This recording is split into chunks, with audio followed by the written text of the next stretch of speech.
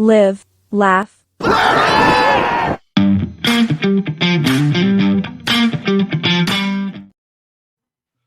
How's it going, everybody? This is Daniel. I'm Christian. And I'm going to go ahead and say it. We are joined by one of the most underrated wrestlers on the East Coast. We are joined by none other than Cam Jackson. How are you doing tonight, Cam? What's happening? What's happening? Back in the day, I would have said, welcome to CJE. That is Cameron Jackson Entertainment, your number one stop in entertainment for your worldwide wrestling fix. But we're not back in the day. We're here. So what's happening? That was such a good, throwback plug. I try. It's like that thing. I wonder, how frequent it is with wrestlers that, with a drop of a dime, they can just go back 10 or 15 years. Like I wonder if Kane could do Isaac Yankem.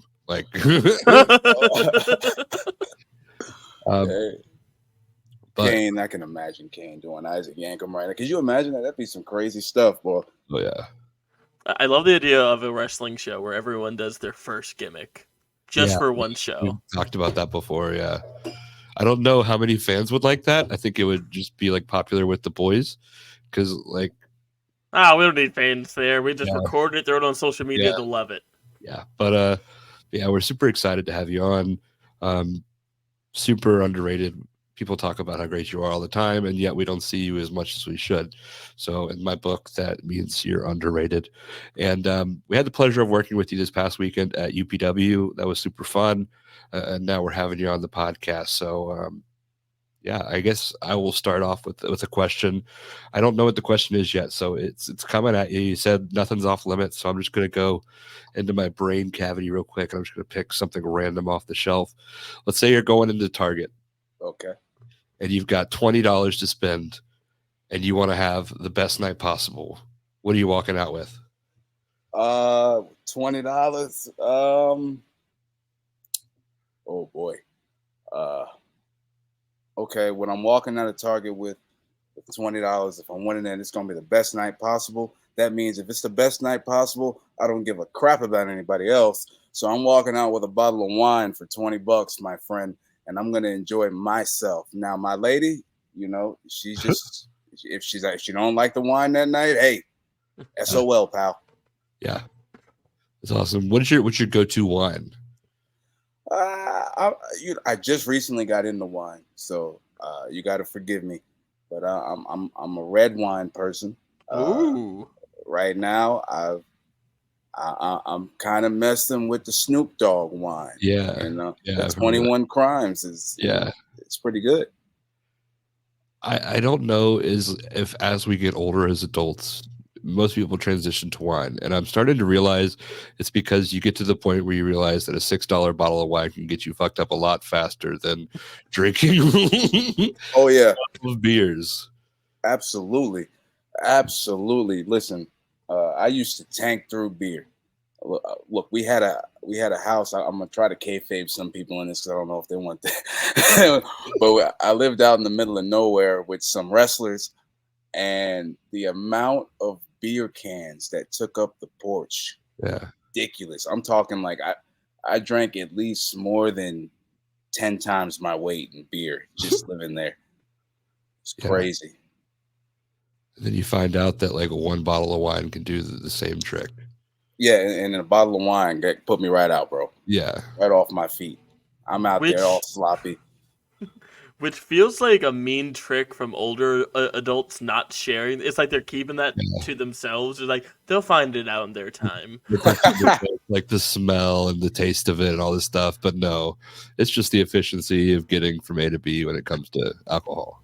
Absolutely. You ain't kidding, bro. And speaking from getting A to B, let's start at A. Let's start at your earliest memory of wrestling and kind of what got you into it, and just if you could walk us through that story. Bravo segue, by the way. That was good. Yeah, that was a beautiful fucking segue. Holy I'm a shit. pro. Oh wait, I'm allowed. Am I allowed to cuss on this thing? Yeah, you're good. Oh, yeah. Oh, fuck yes. All right, guys, let's loosen up the tie a little bit.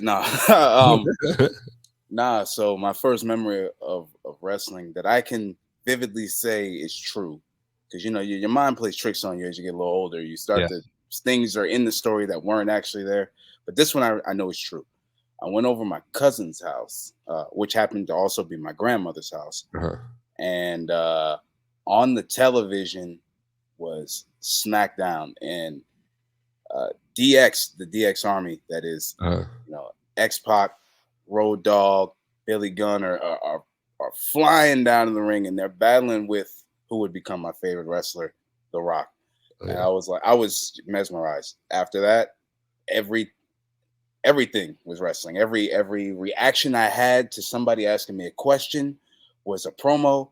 Every every situation I could think about fighting, I was ducking something and then throwing three. You know what I mean? Like everything was wrestling. So my earliest memory is probably going, like I said, going to my grandmother's house, seeing the Attitude Era. I mean, this is 98, 99. These guys getting it going. I mean, exploring new territories too. Woo! Yeah. New TV territory, new limits, pushing that envelope. Yeah. I'm a kid and I'm eating all that shit up. Yeah. So yeah, that's my first memory. So The Rock's your favorite wrestler. If you could give us a Mount Rushmore of The Rock's movies. He's my favorite wrestler. He's not my favorite actor.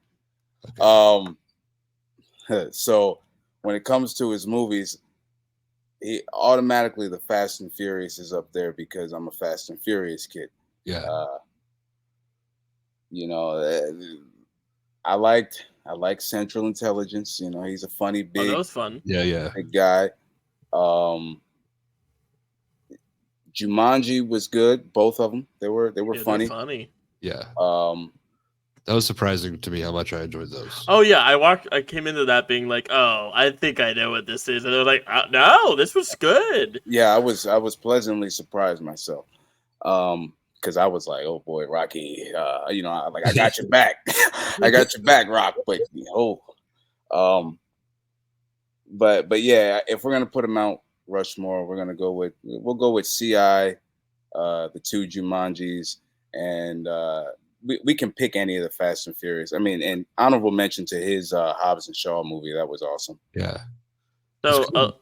a little anecdote, a personal anecdote here is I remember when I was like 12 years old, I was trying to convince my mom that wrestlers could be actors, and I didn't think through just picking a movie I never saw before. So we watched Tooth Fairy.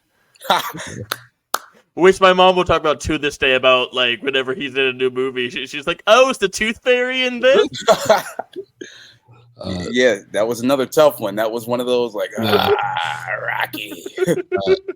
We had Jesse Alexander Carter on. He's a big Rock fan, and he's a big fan of the Tooth Fairy. So some people like it. I mean, highest paid actor in the history of Hollywood, right there. Hell yeah! Shout out to Jack, JAC. Yeah. You guys ever, speaking of like wrestling actors, did you guys ever see the Hulk Hogan movie Suburban Commando? I never watched it, but I will say I know Manny Mac, who I obviously do business with often. Yeah. Has watched it and has definitely tried to get me to go back and watch it. He's a WCW kid, so of course he loves all that bullshit. Yeah. You know what I mean?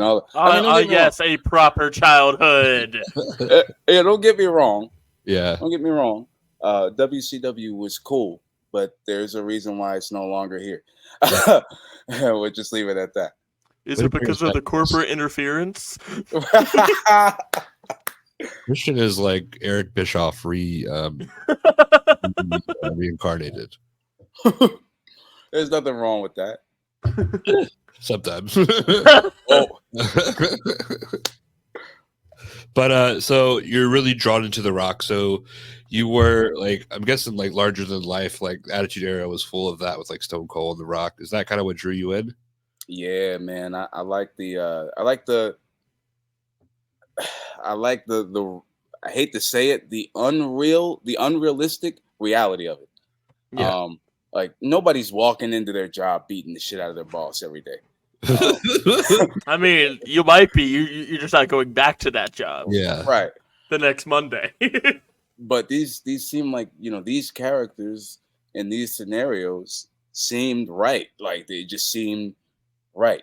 So I think no matter how outlandish, I mean, Crash Holly was defending the title 24 hours a day at some point. You know what I mean? Like no matter how outlandish it is, in these scenarios, the WWE is very good, or the Yeah. Attitude Era itself at that time was they were very good at a creating a world, a reality within that kayfabe, so to speak. Yeah. And I was really drawn to that. So I think that era alone kind of influenced everything going forward, because now we are in an era where Yeah.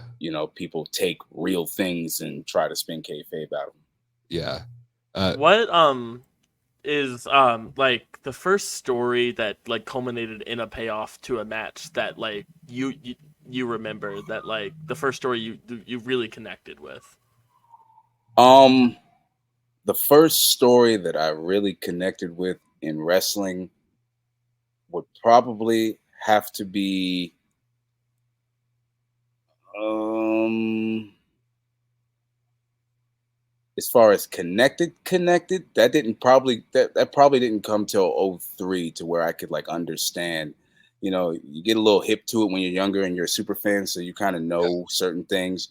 But then like '03, the storyline where it was Team Bischoff versus Team Austin, and if Austin's team lost, he lost his job. That story, like, kind of, I don't know why, it just, for some Yeah. reason I was hooked. Like, the Austin and Bischoff rivalry had everything. It was personal, it was funny, it was Yeah. stupid, it was silly, it was, what I mean, it was all of it. And then it culminated to where these two weren't even fighting for their own fate. And it was pretty cool. Shawn Michaels, you put him in anything, he can pull emotion. He could pull Oh emotion yeah. out of a fucking wet towel if he wanted to. Yeah. So, it was really good. It was really good, especially with Evolution messing things up there. It's just beautiful, beautiful story. I mean, it sucks that Steve Austin, his team lost, and I'll Yeah. never forget him drinking that beer in the ring and leaving it.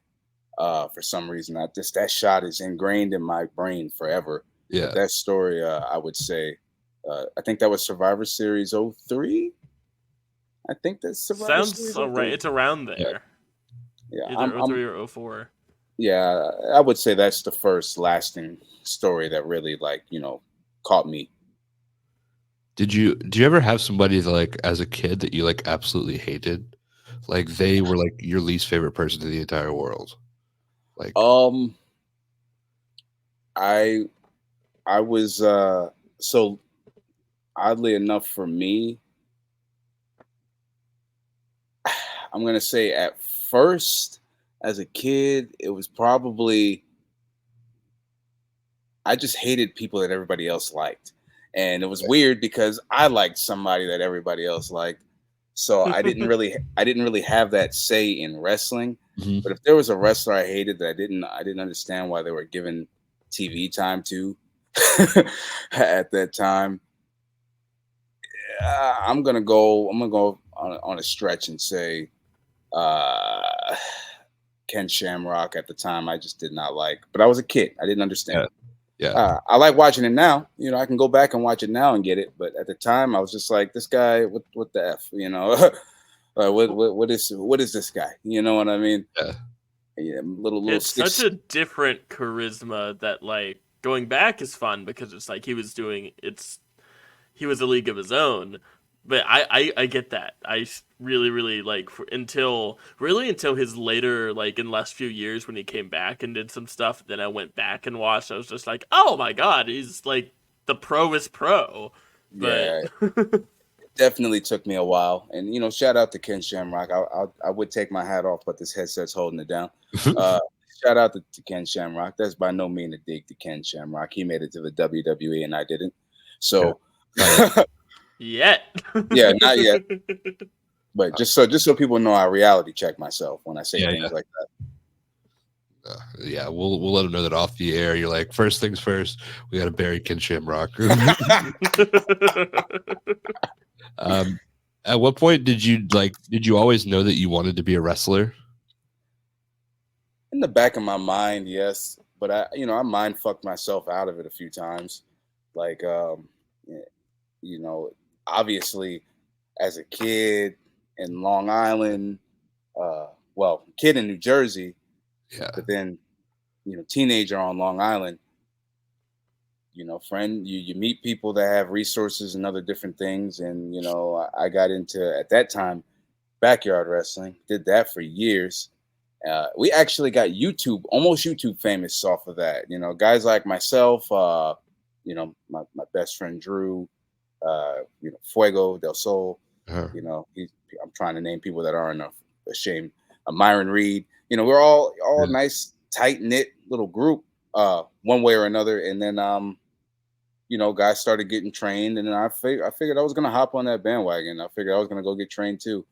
Um, but yeah, in my mind, in the back of my head, I was like, yeah, I always want to be a pro wrestler. It just took me a little longer to commit to it. Yeah. But yeah, I always knew. What was your background wrestler name and character or Oh, back? all this. I've always been Cam Jackson. I've That's always great. been me. And the reason why is I watched something on YouTube of Will Smith uh, doing an interview, and he was just like, "Hey," he's like, Alfonso Ribeiro, who plays Carlton, says, "Hey man, choose your name wisely for this show, because whatever your name is here, people are going to call you for the rest of your life."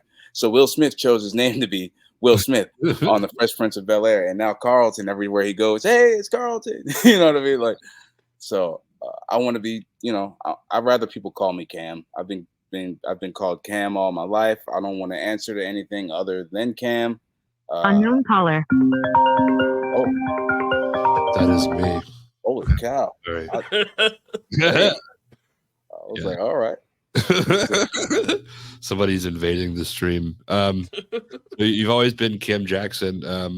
Was there different like iterations of Cam Jackson over the years, or like Oh at yeah. the beginning, what was Cam Jackson's all about? Oh yeah, man. All as when I was doing that stuff as a kid, I had this big afro. Um, and then, you know, I've always been a talker though. I've always been an entertainer. Let's go with that. Let's go with that. I wouldn't say talker, but I would say entertainer. I wouldn't say that I'm the best at any single category, but I think that I'm probably one of the best well-rounded people as far as, every Yeah. box you check. So the iterations of myself all come through that. Like when I first started indie wrestling, just as myself, I was a little bit more what's the term? Careless, a little bit more reckless. Not that I was injuring people or anything, but I was diving every match and doing every move I knew. Um, and then as we got a year or two down the line, after moving down here too, Yeah.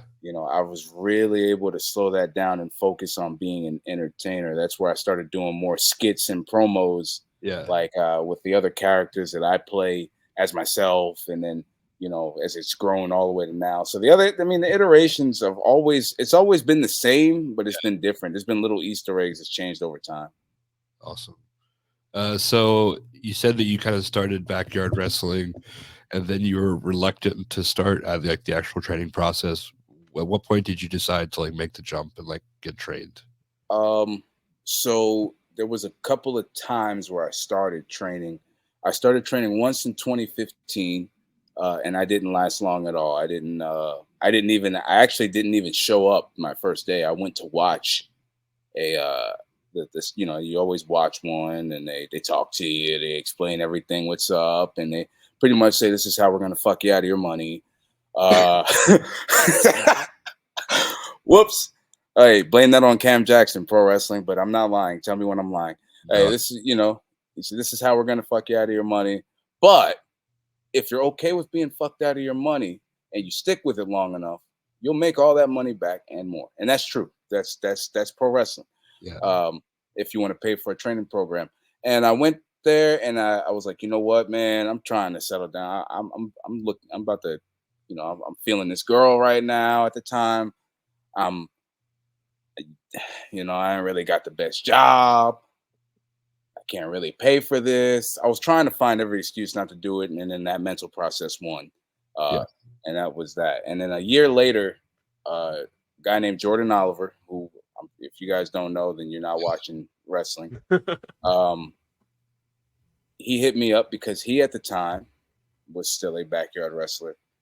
And he invited me to come to his show and work a small program with him. Mhm. And this is why I always credit a little bit of my training, not necessarily always publicly, but I always say guys like Jordan Oliver helped train me, and guys like a guy named Yankee up there helped train me as well, because they did that. They only did that because they knew I was BSing. You know what I mean? They knew I was dragging my feet. They knew I was dragging ass. Yeah. So after I did that little thing with him, they had an actual ring. It was small as fuck, but they had an actual ring. And I got the feel of the ring, and then I was hooked. I was hooked. The first thing after that, I was like, "Yep, all right. First things first. I'm doing it." So ECPW, East Coast Professional Wrestling in New Jersey, is where I went. Now I got lucky.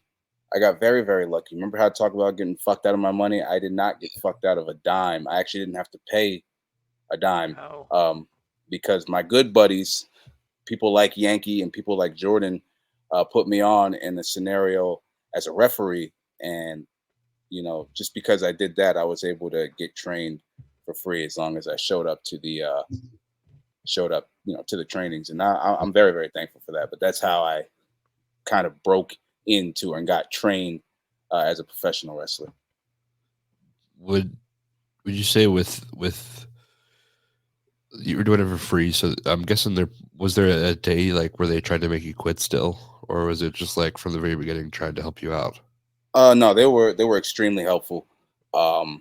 Everybody there when people ask me who was I trained by, a person that I highlight is Nunzio, aka Little Guido. Oh yeah. Because he was there. Yeah. He was there helping people out. And no, he did not train me and teach me every little thing I know, but I definitely put that highlight on my resume, because he did teach me quite a bit in a short amount of time, the month or so that we were all together. And I still went through training with the rest of the staff, and I'm thankful to all those guys and all that. But yeah, that's how it was. They never really tried to run me away. That first experience, I'm gonna blame on myself. 2015, I blame that on myself, just not committing, man. I didn't take a chance on myself when I was of age and ready and sound mind to. And I'm thankful it came back a year later. Awesome. I was really into Little Guido when I first started watching, like 2005. For some reason, I was like really drawn to that character. I don't, but what is he like as a person? I guess. I mean, I didn't think I would ever get to talk about Little Guido on this podcast. He don't take no shit. He don't take no shit, but he's cool as can be. Cooler than a fan. Smooth guy. Pretty much don't bullshit him. He won't bullshit you. And he does hit hard if he needs to. Point blank. But he's a straight shooter. He's a Sicilian shooter, but he's a straight shooter. And mind you, one of the best wrestlers purely in the world. He was trained by Billy Robinson. If anybody knows him, Billy Robinson is the fucking GOAT when it comes to catch can wrestling. Mm-hmm. So Nunzio was by no means that far behind that man. That man can move. I've been tied in the knot plenty of times, and that was like my first 3 days. Like, so yeah, like Nunzio, the man's a total. He's a gem. That's the word I'm gonna use. Gem. Awesome. I'm glad he's a good person, because a lot of the times you find out that like people that you grew up watching are just the biggest pieces of shit ever. I think the misconception on that is that a lot of people approach them like people just want to be approached like human beings. Yeah.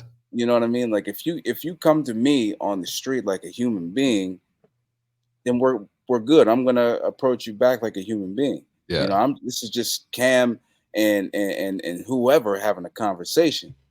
But when you come up to me and you're loud, you're Cam Jackson, blah, blah, blah, like, dude, man, I'm at fucking Wendy's, like, bro. And don't get me wrong, I'm not a superstar, but what I'm saying is, like, I've had that happen. Yeah. And that can be, that can be a little offsetting Yeah. to the individual. So you just got to approach the person with a little, you don't got to kiss their ass or anything. You just got to approach them with a little bit of couth. Yeah. TDT has a fun story about meeting Kid Cash at a cookout. And that's like kind of how he went back to like actually became a wrestler. It was like meeting Kid Cash, but like just kind of like I wonder if there's ever going to be a guy's like, yeah, I was at Wendy's and I saw Kim Jackson, and next thing you know, I'm the United States champion of the WWE, and like, Yo, that would be dope. If that ever happened, I want royalties from that motherfucker. I want to come in on his favorite nations. They don't do that anymore. Scott and Kev fucked that up, didn't they?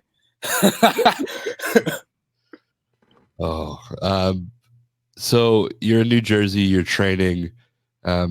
Christian would love to talk about Scott and Kevin if you would like to. He's a WC. We give him the opportunity real quick before I move on. Oh no, it's good. We can save it. We'll save it. We'll save it. I will say this: no matter how much shit I talk on WCW, the NWO and Scott and Kev are forever goated. So. Yeah, beyond ahead of the curve was at like 96 to 97, about 2 years. Like, very cool stuff. Go Absolutely. On, Daniel. So you're kind of doing your training. At what point do you kind of like have your first official like paid match? I don't shit. Maybe not even paid, but like your first official like you're booked. Yeah, your first booking.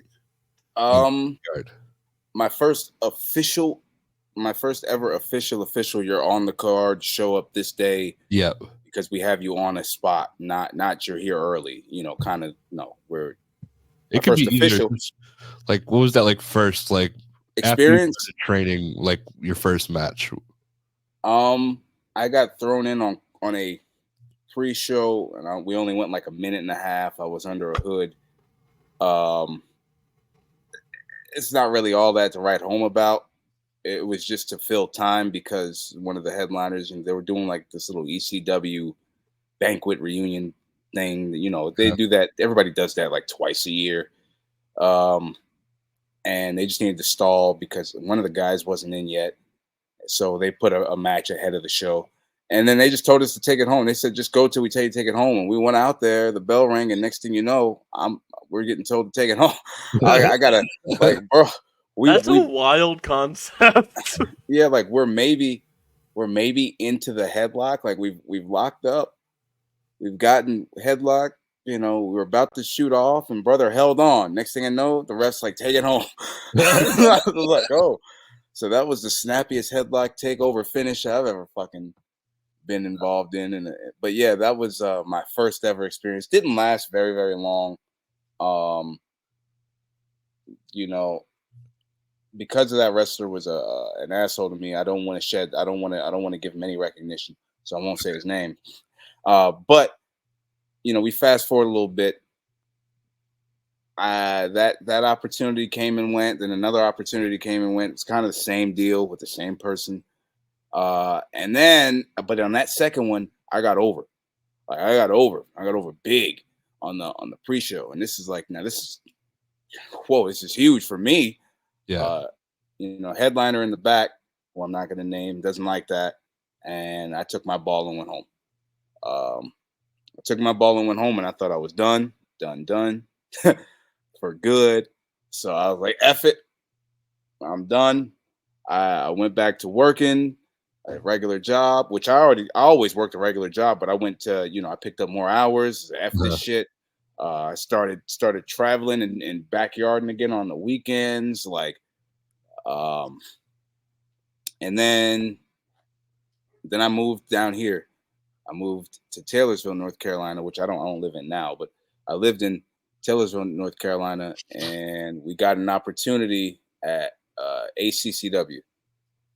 And from there on, that was when I was like, all right, it was like either I know it's not the most reputable place. I know it's not at the time. I know it's not, I know we're not in there with these big professional, huge looking guys, which all due respect to the roster at the time. But this is an opportunity and I've got to take it. This is the third time something like this has been presented to me. If I do not take it now, then I've done it all for nothing. And I'm thankful I did take that opportunity, because ever since that day, I've been wrestling almost every weekend ever since. And if not every weekend, then every other week. And if I miss a week, I'll wrestle double the next week, just because it's important to me to keep my body conditioned to wrestle 4 or 5 times a week. But yeah, so that's when it came. I would say up until when I moved down here. Yeah. In 2017, that summer and winter played out, and then my first booking down here was February 2018 in Hidden Night, North Carolina, and man, we've been gravy ever since. We've been going strong ever since. Awesome. What is the difference that you would say in the wrestling scene between like New Jersey and Long Island versus North Carolina? I would say the difference is fans, is atmosphere, right? Wrestling fans are wrestling fans, but you have to approach each area different. They are very much by the climate of their area. Yeah. Fans down here are a little bit more stern on certain beliefs. So they like a little bit more of a contemporary, not what's the word? Is contemporary the right word? A little bit more of a reserved show, a conservative show. Yeah. Good way there of we putting go. that. Yeah. And they like a show that doesn't cross too many boundaries. A lot of It's headlines. right. Up north, there are family friendly shows like that, but I mean, you see little kids outside up north cuss each other out. So I mean, it's definitely a lot more lax. It's a little, the atmosphere is like, as long as they can tell you're working hard, it's very much more run and gun, much more super indie, so to speak. Down here is a little bit more story based. Yeah. But yeah, that's the difference up there. The locker rooms, there's not really that much difference in the characters in the locker room. You got your telltale wrestlers. You got your wrestlers that are really good and that are messing with stupid things that aren't gonna make it because they're messing with stupid things that they shouldn't be messing with. You got wrestlers who man, if I had 3 more of that guy, I would sell this place out. It's just like that everywhere, man. I think the biggest difference in the the 2 areas is the mentality, essentially. So if I'm up north and this is my first time there, I can't go in there playing Southern style Cam Jackson.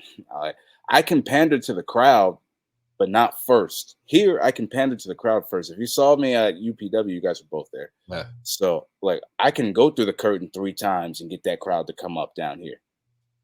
If I do that shit in New Jersey, without a name, they're liable to get up and fucking leave. You know what I mean?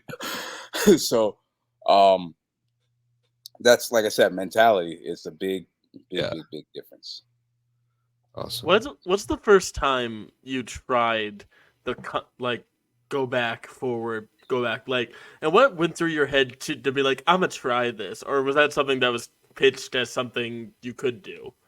Bro, so when we all got locked down and shut down in 2020, the only place working was that place in Lincolnton, and it was getting a bad rep because of some of the talent they would let come through there, and some of the shows that they would let go on there.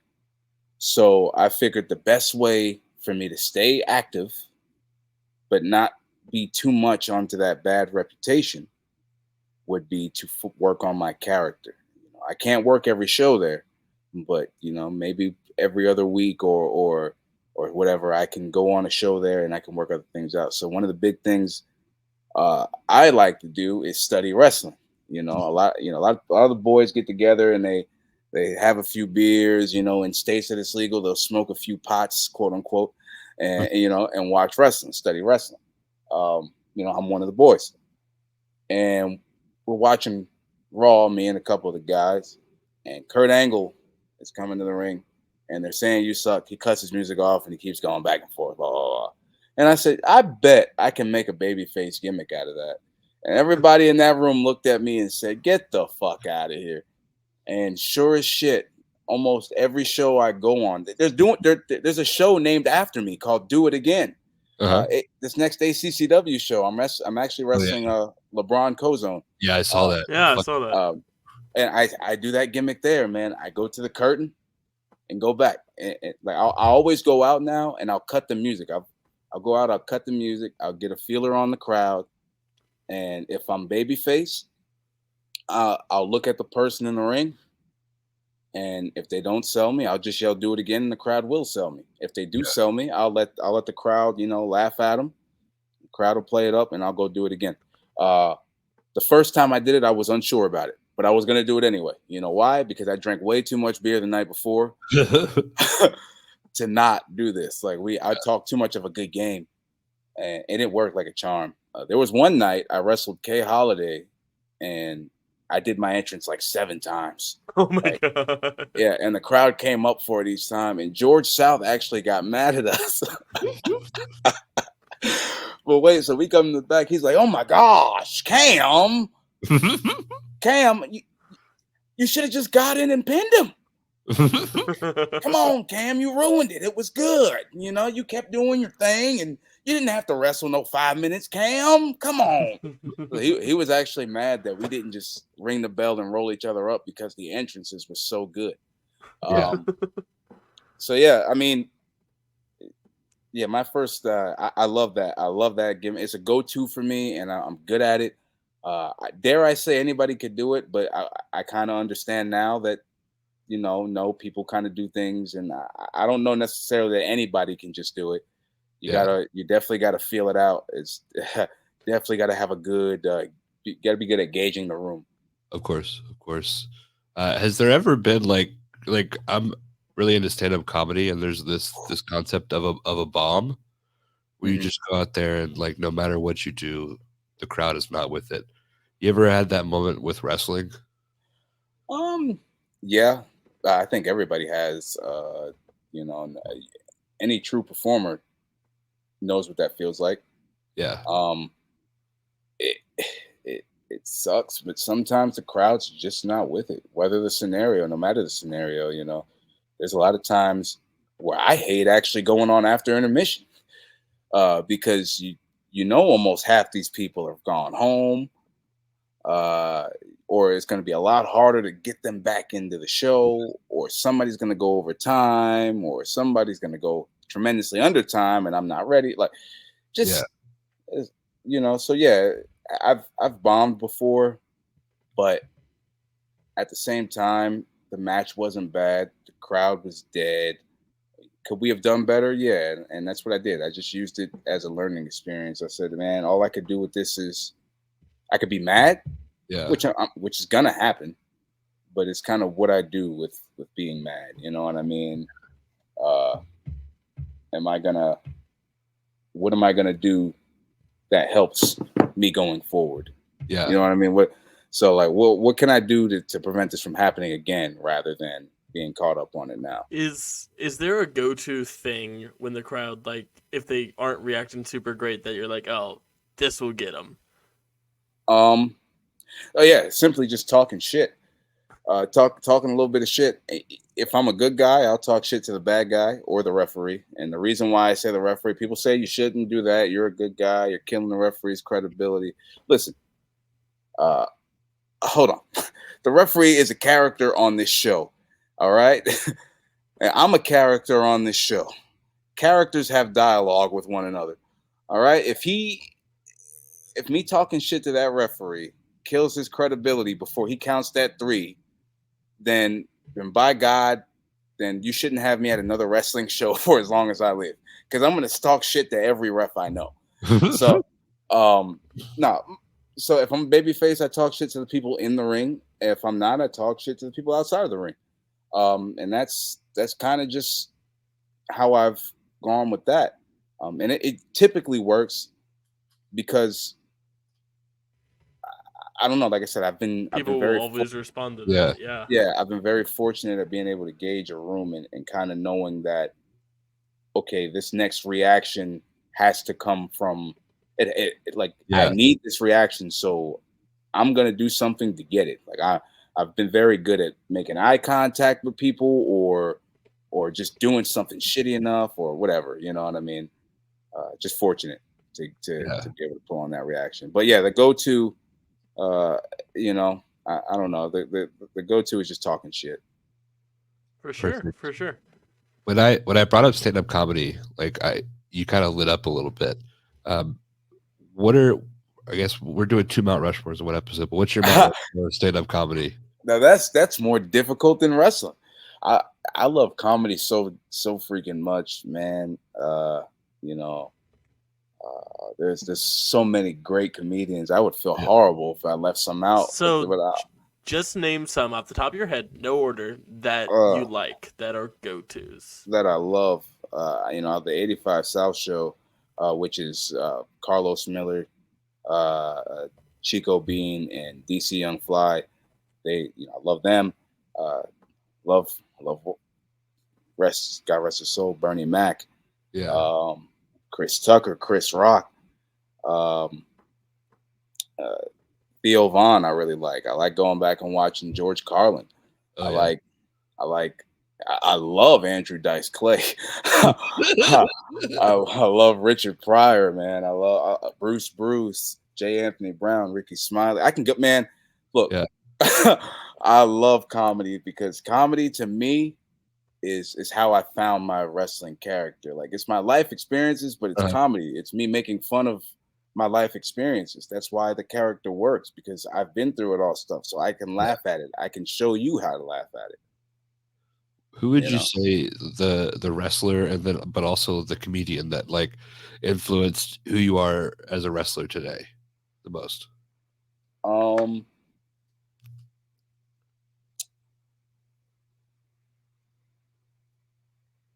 I'm gonna go with. I'm gonna say that'll probably be. Oh, that one's tough. That one's tough. So the wrestler, I mean the comedian that influenced the type of wrestler I am would probably 2022 to 2023 Cam Jackson is definitely a lot of Bernie Mac. Oh, A lot of soul men, Bernie Mac, Samuel L. Jackson kind of because Samuel L. Jackson is my favorite actor. So, that works out. But prior to that, I'd say a lot of maybe Chris Tucker. Not necessarily with the high pitched voice, but a lot of the scenario wise comedy. And Dave Chappelle's, it kind of influences all the skits I do in a sense. Yeah. Just I got that idea from watching Chappelle's show.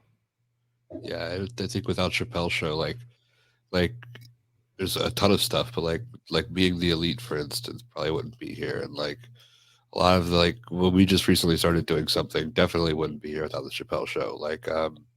So yeah, very influential. And what about a wrestler? Wrestler that would you can cut that.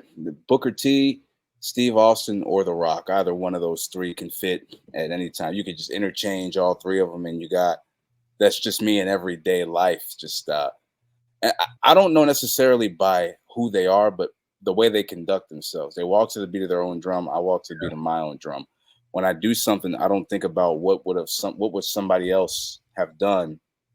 I just do. You know what I mean? Yeah. That's why I say the Cam Jackson character is very unorthodox because you don't know what I'm gonna do.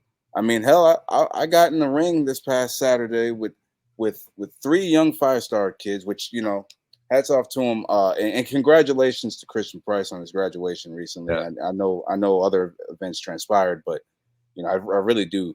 I really am happy for his graduation. But I mean, I got in there with them, and I'm next thing you know, I'm doing up and over reverse DDTs and shit, and hip tosses and I was like, holy cow, you're right. This is unorthodox. The most height I've ever seen on a hip toss. Yeah, Maurice Moss, boy. But so yeah, I walked to the beat of my own drum. I kind of, and all those guys kind of do the thing. I can honestly say it don't look like Booker T is working off of what would somebody else have done, or Rock, or Austin, So very, very much kind of in tune with the first thing that comes to instinct. Nice. I have a question. So if you're not friends with Cam Jackson on Facebook, you probably have no idea what I'm talking about. But I don't know how long it's been going on, but at least for a couple of weeks, just random Facebook updates of random wrestling moves. Oh boy, what's up with that? Unpack that for us. Oh boy, damn! I did say, nothing's off limits, didn't I? I don't know. I don't want to give it away, but if you would like it to be a mystery, you can let it be a mystery. No, it's not a mystery. We stop recording. Yeah, I could tell you after. I'll tell you after we go off here. Look, I will say this: if you're entertained, it's an experiment. All right, I will say that. That's the honesty of it. It is an experiment that I'm conducting. Every so often, every couple of days or so, I will post a wrestling move or a maneuver that we all like. I'll either call it the gimmick name for it, or the bare base name of what the actual move is, and I will see what people say. I mean, hell, I put hip toss out a week ago, and geez, bro. When I put shoulder tackle down, I was like reading comments. I was like, "What the hell?" I actually almost called a match based off of my comments. So yeah, it's an experiment, and I guess I'm looking to see what intrigues wrestlers more. You know what I mean? I post flyers and promos every day. I post moves, and people take notice. You know what I mean? It's weird. Isn't that crazy? It's like that's nuts. So it's an experiment, and by no means is there a good or bad answer, or wrong or right answer. It's just, it's popping the hell out of me, though, especially since like I've got my next 4 or 5 moves planned out. Like I'm getting stupid with this shit. Like it's just crazy. Scheduling posts. I like the idea that there's like a whiteboard somewhere, and you just got like just stuff written on there, and just like some are scribbled out. And no, it's the tangible like list of Jericho thing of the 1,001 moves. Yeah. Somebody, I think it was James Johnson, my beloved buddy James Johnson, said, "Hey, I want to comment armbar under every single one of those." He would, and I'm like, you know what? That's not a bad idea. But I'm glad he doesn't do it right now. But yeah, I think that wrestling moves are cool. I believe it or not. I'm an entertainer, and it's very rare that you hear an entertainer say they think that certain moves are cool. I've always had a big respect for the guys that do these insane variations of maneuvers, because I typically don't. Since I am an entertainer, I keep it pretty simple. The biggest things you'll see me do is start swinging my hands and bam and bam. But I tell you what, I'll make sure it's the most exciting few minutes of the show. I'll try. I'll do my best. But yeah, so I've been adding to my move repertoire lately. And I've been, studying all these moves. So I figured I'd conduct this experiment as I go forward with it. But yeah, and there's many more moves to come. We're not even like we're not even a 16th of the way through my list of moves. Awesome. So we've got a way to go. Check out Cam Jackson on Facebook for random moves. So I want to talk about Cam Jackson's Beer Fest, which is just happening. But before we talk about that, are we going to see the transition of you from beer to wine? Is it going to be wine fest next year? Oh shit! Cam Jackson's wine and cheese party. Yeah, yeah. We'll get that poster started for you. Hey, that's not a bad idea. Actually, that's not a bad idea one bit. Bring your own everybody brings a bottle of wine. The whole crowd's wasted by intermission. Hey, Oh my, look. they will stay through intermission. Because they can. Hey, so look, quick shameless plug here. If you go to extremetvonline.com, you can find the first ever Cam Jackson's block party. And it's still available on there for free. Wow. So the crazy thing is that was a closed set taping. We had, I mean, it was closed set. So there was no fans. My mother came down. My auntie came down here. They cooked a bunch of food. We did it here at the XWW studio, and we had a blast. We had tons of beer, tons of libation. Man, we had a fun time. So I like doing shows where it's not necessarily a show. By no means do I want to put on an outlaw event or anything like that. Yeah. But I like having reputable talent on shows where it looks like it's a day off, like it's a scenario. Like they came to a block party and then a wrestling show broke out. You know what I mean? That's kind of what, you came to a beer fest party and a wrestling show broke out. Yeah. That's cool. What are some ideas for matches that you've had but never have gotten anybody to kind of agree to do them? You strike me as somebody that has a lot of ideas that maybe. Oh man, this is why I like closed set tapings, because I really do want to do. You ever heard of the King of the Mountain match? The TNA. Yeah. I essentially want to do that, but with hanging a star on a Christmas tree. Okay. I think that would be not a hilarious. I mean, it would be hilarious, but it would also be hellacious, because you put five wrestlers in there, and they each have their own star. You make if they make a pinfall, they unlock their star. Yeah. The first person to hang their star on the tree wins the match. Oh my god. Yeah, you imagine. I want a big ass tree. You know what I mean? You need a big ass ladder to go through this thing. I mean, somebody's getting fucked up at this thing, guys. You know what I mean? I don't see a situation where that tree doesn't fall with someone like clinging. Yeah. Right. Well, that one tree will be immovable, but there will be other smaller trees to be used as, weaponry. But you'll need a ladder to get up to that other tree. You need a ladder to put the star on top of that tree. And I think, putting 4 or 5 people in that scenario on a Christmas dedicated program. Yeah. Like last year I was going to do a show called Cam Jackson's Non-Denominational Holiday Party. And that was going to be the main event. It was going to be myself, Drew Hood, TJ Boss, and K. Omari. Okay. And yeah, I had it all written out, and then I canceled the show. I was like, no, we're not going to do that show, guys. That was last Christmas. I said, yeah, no, we can't do it. And everybody's like, why? And it was because my mother wasn't going to make it down here. And if it's going to be closed set, then I want my mom here. I want to eat what we eat. I want to drink beer when I want to drink beer, Yeah, I don't. Sure. I've had a regular show, you can't just stop and crack a beer. But at one of these shows where it's closed set and there's not really a promoter because I am the boss and it's a day off, and it's really a taping, we crack beer. Yeah, we crack beer or we pop wine or whatever people call it. Yeah, so this episode is going to come out Friday, which I believe is the 17th. So Christmas is the 25th of December, which means we still have plenty of time to plan this year as Cam Jackson's non-denominational holiday party.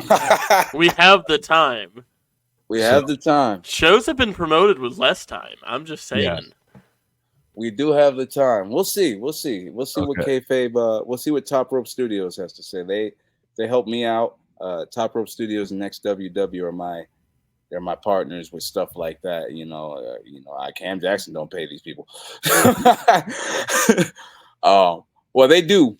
Well, I do pay these people. The money comes from my hand, but not my pocket. But yeah, if I can get them to agree, we might just have to. We might, even if it's just the one match and it's a cinematic deal. That my mind's going right now because I do have access to all those resources, and I do think people would watch that, and I think it would be worth it. I think it would be worth it. Keep us in the loop. We'll work something out. Yeah, we'll come and film it on our phones. Honestly, hell, We got the newest iPhone. I've got a lot of memory. Like, look Hey, at this. sometimes that's all you need. Yeah. What's the most out there wrestling story that you've had to tell people outside of wrestling that like was just a little like they were like, what? So one time, I've got a few, but so one time we were in South Carolina after a show, and we went to this certain promoter's house, and he had fucking like a whole hibachi thing set up in his backyard. Like he had hibachi chefs. What? Yeah. So, a couple of the workers or, everybody's partying. And I don't know if anybody at home listening to this or watching this has, heard any wrestling stories of when a bunch of wrestlers have an open bar or anything like this. Like it's not going to go well. Somebody may, people might not die and fights might not even break out, but something bad is going to happen all the time. And so we're there, myself and one of my tag team partners, we're indulging in all the activities and no hard drugs or anything like that, Yeah. Believe it or not, guys, most of your wrestling buddies, most of your wrestler friends do not do hard drugs. Yeah. So that's a good thing going for us. So we're there. I'm drinking a beer and I see certain wrestlers. I'm trying to keep people's names out of this because I don't know. But there's two wrestlers I know very, very well known in the Carolinas. And I've got a picture of them in my phone holding each other, satirically in front of a Christmas tree because this was a holiday party last year, or not last year, but a couple years ago. Yeah. So whatever. Time's going on. I see Kevin Thorne. I'm like, hey, Kevin Thorne. Everybody knows Kevin Thorne. Yeah, the wrestling vampire. Yeah. Hey, blah, blah, blah. He's like, I got to go catch a flight. It's like 11 at night, brother. Yeah. He leaves. The second he leaves, shit hits the fan. A wrestler then dropped his phone in the pool. He's fucking deep diving. Now, mind you, it's December. He's diving in the fucking pool looking for his phone. I'm drinking Jameson out of the bottle. Somebody handed me a bottle of Jameson. I'm sitting there watching this go down. Two of the hibachi guys got into a fight with each other. And I go outside. They're chasing each other up and down the fucking street. I'm like, yo, nobody, absolutely nobody is going to believe this when I tell them. And that's one story. Another story just happened recently. So I help run the training school here at XWW. And so sometimes I use coarse language because I'm, like I said, my influences, all those guys are pretty, you definitely don't want a family-friendly program with just those guys. Yeah.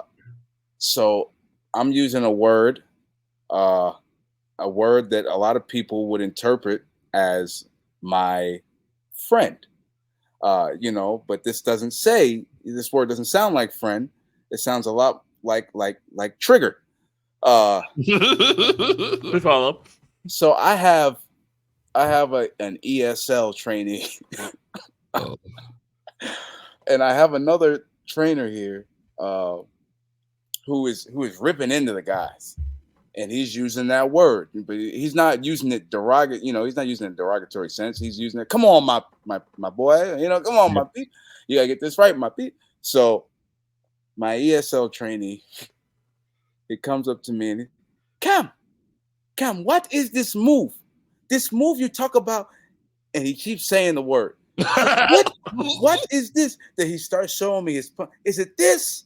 He throws a kick up. Is it that? He said, "What?" I fell out on the floor. I fell out. I started dying laughing because I was like, "Bro, that only happens in movies." Yeah. Like that. Yeah, there's no way.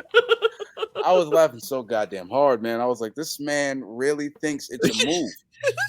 And then, I explained to him like, "Oh no, that's like, whatever, blah blah." And he's like, huh? And he's like, whatever. And then later on, we say the word again. He's like, ah. I get it. Oh my god, that's amazing. But yeah, that's probably out there. That a lot of people don't believe that one, but I've got tons of witnesses because we had to stop training. We had to stop. We were like, oh, like it was, We can't come back from this. when you stopped the first story and you were like, I've got another one, I was like, unlikely. I was like, there's no way that story is on par. But not only is that on par, but I think that's better. Oh yeah, absolutely, absolutely, 10 times better. Yeah, kind of going in the same vein. This is a question we started asking every time because it gets some really interesting answers. What's the weirdest DM that you've ever gotten? I don't read my message requests, and now's a good time. Let's see. No way. Yeah, why not? That's all right. So we've got one. I don't know if people will sue if I say their name, but I'm gonna say her name.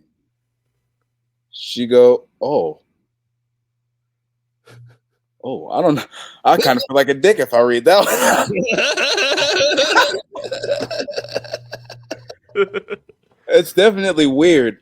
All right. Here we go. Cameron, can I submit you? That's one. That came from a guy named Bo. Thanks, Bo. This is from a lady named Brenda. What size are you in trunks?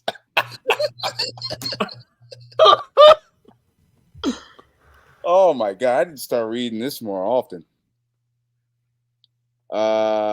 This is one from a fan of the show. I was at the match last Saturday and I caught your wristband in the crowd. Would you like me to send it back? Aw, that's kind. Yeah, he sent that back in 2018. Actually, hey, let me look at. Hey, pal, you can go ahead and keep that. You can go ahead and keep that. And there's one guy here that's just said my name like 8 times. Cameron. And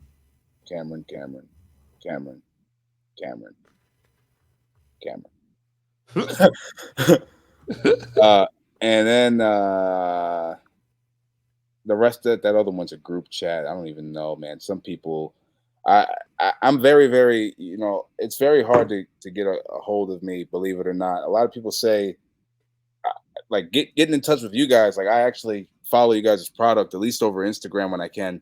Yeah. So, I see you guys' names pop up. I try to message back, but I understand that wrestling, you got to be in tune with your social media. I understand it 110%, but I'm an asshole. So that's why I try to, like, I do fun things like name wrestling moves. I do other things like this. I love this. But like some of these people, if I message them back, they're gonna get the worst response. And it's gonna definitely ruin a lot of things. Like I said, I'm a real, I love comedy. So things that make me laugh is the gall to say shit. And some of these people are they look like they need some shit said to them. Yeah. Last night, I'm very much the same way. We went out to Texas Roadhouse to Chris's birthday. There's these group of what I can only say is like, we have to assume we're like these preppy high schoolers, white bitches. And they were being so fucking shitty to the waiter. Like everything was wrong. Like they stopped and do all this stuff. And like I've worked in restaurants, I have zero tolerance for that. So turns out it was somebody's birthday. So they came over and they were singing the birthday song, and I saw that I was in the frame for the camera. So I just started going there. And for those watching, I'll tell you afterwards. I was just like dancing back and forth with my middle fingers up. Whoa. And to me, that was like hilarious. I was like, here's karma. I'm going to ruin their video. Until they try to leave, and then they confront me. Oh yeah, they walked right up to the table. And they said, what is wrong with you? She's 13, it's her birthday, and you ruined her birthday video. And I was just like, sorry. And she looked at him and said, is that all you have to say? And he's like, and he's like, Yeah. Yeah. That's all I'm gonna say. And Like, then you she really like don't wanna just hear stared us down. She stared Yeah. us down, looked at Daniel, and said, and this I don't think is an insult at all. She says, "Have the night you deserve." That But yeah, is great. But That's great. I'm of sound mind where luckily I think when with it comes with comedy, and especially people like know your personality, you can be mean without people realizing it. Absolutely. And it's the best thing ever. You could tell people exactly what you think of them, and they'll be like, "Oh, Daniel." I'm like, "No, I fucking hate you. You're my least favorite person in the world." They're like, "Oh, you're so funny." I was like, "I hope you die." Oh my god, that I'm glad I'm not the only one. There's some people. Yeah.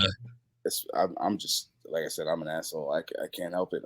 There's Yeah. some people that come up to me, and when they walk off, the first thing I do, I'm like, get the fuck out of here. That's such a real thing. Like I had one dude at a show. You know, I was looking after a buddy's merch table for a second, and he comes up to me. He goes, "Oh my God, Cam, you know, where's your shirts?" And blah blah blah blah blah blah blah. And I said, "Oh, you know, everything's kind of out of stock right now. And we're not." You know, yeah, but blah blah blah. You didn't have any at the last show. Yeah, but blah, this, you know, it's out of stock. Yeah, but when are you? Just stop asking me some fucking questions and get the fuck out of my face. You either gonna buy this man's shirt or not, you fucking fuck. Like, Jesus, give me some goddamn space. So I'm leaning in, I'm telling this guy, I'm like, hey man, you gotta cut me a fucking break here, man. I know I don't have the shit, but you blowing me up in front of the rest of these fucking wrestlers here. They're gonna laugh at me when we get in the goddamn back. And you know what? If I get in the back and they laugh at me, when I come to the curtain, I'm laughing at your ass. You. Oh yeah. Oh yeah. Oh. Absolutely. I told that man straight, and I did. I came to the curtain and I went straight after that motherfucker. I was like, hey, pal, you want those t-shirts now? I want you to pay for them. Yeah, I want you to pay for them. How about you pre-order them, you fucking dunce? Get me all fucking embarrassed. And the one thing I usually don't have shame. I usually don't get embarrassed, but I'm getting a little older now. You know, I don't like when other people yell out, when fans yell out in front of other fans, God and wrestlers alike, and say, hey, Cam Jackson, you're out of fucking t-shirts. Yeah, big fucking deal. Like, yeah. Like, shit. Oh, I'm sorry to that fan and that fan in what's the name, South Carolina, wherever the fuck that place is. And don't get me wrong, I love my fans. I love the fans that support everything. But guys, you gotta understand, I'm human, and with that comes, when I tell you one thing one time, that typically means I wanted you to hear it the first time. Yeah. The answer's not changing. Right. He was just like, yeah, but what about, man? I leaned over the table. I was just like, hey, man. I'm like, yo, man, can you shut the fuck up? Like then I tell you to get the fuck on, get your shit and go. You gonna buy a fucking shirt or not? God damn.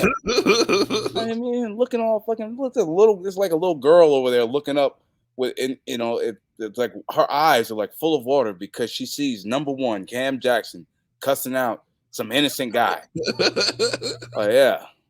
She's definitely gonna want this wristband now. Yeah. That's every question we've asked. You've had more than I could have ever imagined for an answer. This has been fantastic. I love this, so man. much fun. I love this. I don't get to do a lot of these, man. I'm since I do work so closely with XWW, a lot of people are afraid to reach out. I'm just glad to be considered for something like this. We don't care. Yeah. Thank you. No, yeah. Yeah, anytime you want to come on, you're more than welcome to. But something we do care about is could you name like 5 wrestlers who you think deserve more of a platform, think are maybe a little underrated, the more people should know, or just guys you think are killing it? Well, yeah, absolutely. You know, I'm always first and foremost, I think one of the best absolute professionally minded wrestlers, professional wrestlers, technical wrestlers, and even characters. And I'd like to think I had a little something to do with helping them find that character a little bit, but this has nothing to do with me. Absolutely, this person. This person is gonna be a fucking real deal someday. That's Jordan Holt. Oh, yeah. That man, that motherfucker can go. I know you guys usually clip this part for Instagram. Try to bleep motherfucker. I feel like Sam Jackson. I'm always gonna shed light again. I think Drew Hood, it's my best friend. That man is killing it. That man, there's no quitting that man's He's blood. so good. He's so good. And only getting better. Only getting better. You said this. Let's go 3. Another person from our Three Brothers faction back in the day, Tommy Django, Chief Django. He's one half of the Heart Killers. He's teamed with myself and Drew. He's still wrestling here. I think he doesn't get enough recognition. He's a real short guy, and he's out there getting it. He holds his own every time he gets in the ring. I love that. I love that for him. Another wrestler that catches my eye, believe it or not, is Reno Royce. Oh, yeah. Reno Royce. I love the dedication to the character. I really don't think there's a big separation between his real life and his character, and I can relate to that. You know what I mean? I love that. And another shout out I'll give is one of my trainees, Kay Omari. One of the most, in the ring can do almost everything, almost anything. And he's starting to become more in tune with that character. I just released a promo the other day with him and I on the phone, a little FaceTime thing. He was in the tub with a bonnet. Oh, yeah, I saw that. That was amazing. He's starting to become more in tune with himself and his character, and I'm just proud of him. And I think, like I said, I think so. Jordan Holt, Drew Hood, Kay Omari, Chief Django, and let's say one more, right? You know what? Hell, Buggy Wright. And that kid, another one of my trainees, that kid's been working hard and making towns. And if I can give an honorable mention to Christopher Prince, oh, yeah.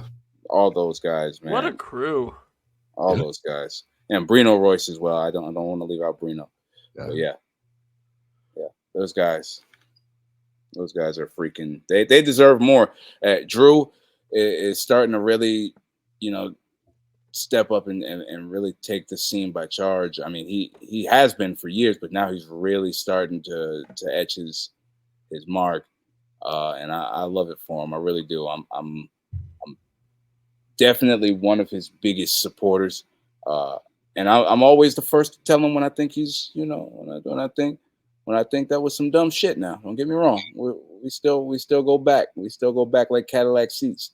Is that about him not seasoning his food? Oh, so I started that, believe it or not. And I feel so bad, but I get so much joy every time I go on Facebook and other people talk about him not seasoning his food. I was like, oh my God, guys. It's like my favorite ongoing bit on this podcast. Oh my God. Drew has, we'll say that here's an update for anybody that needed to know. Drew has seasoning, whether he uses it or not, it's up to him. I almost wanted to slap the shit out of him for some noodles he gave me one time. But I didn't. I didn't slap him at all because, I didn't think he would know that black people season everything. So, there it is. I have to say he went a couple years though eating food bland as shit. I'd be like, man, I don't know. Look, at the block party when my mom made the chicken, she goes up to Drew and she goes, "You see this?" I'm like, oh my God, I love it, man. I love it. But yeah, Drew, that man, he's talented, skilled. He's manifesting everything he's talking about, and I love it. I absolutely love it. I'm a big fan, and I am a supporter of the Hood hype train for sure. Oh, yeah. The Hood hype train indeed. Well, this has been awesome. We're definitely going to have you back on just to talk about WCW. Oh yeah, we can do a watch along. It'll be Yeah. fun. hell yeah, but thank you so much for taking the time to talk with us. This has been really awesome. hell yeah, man. Thank you guys. Thank you.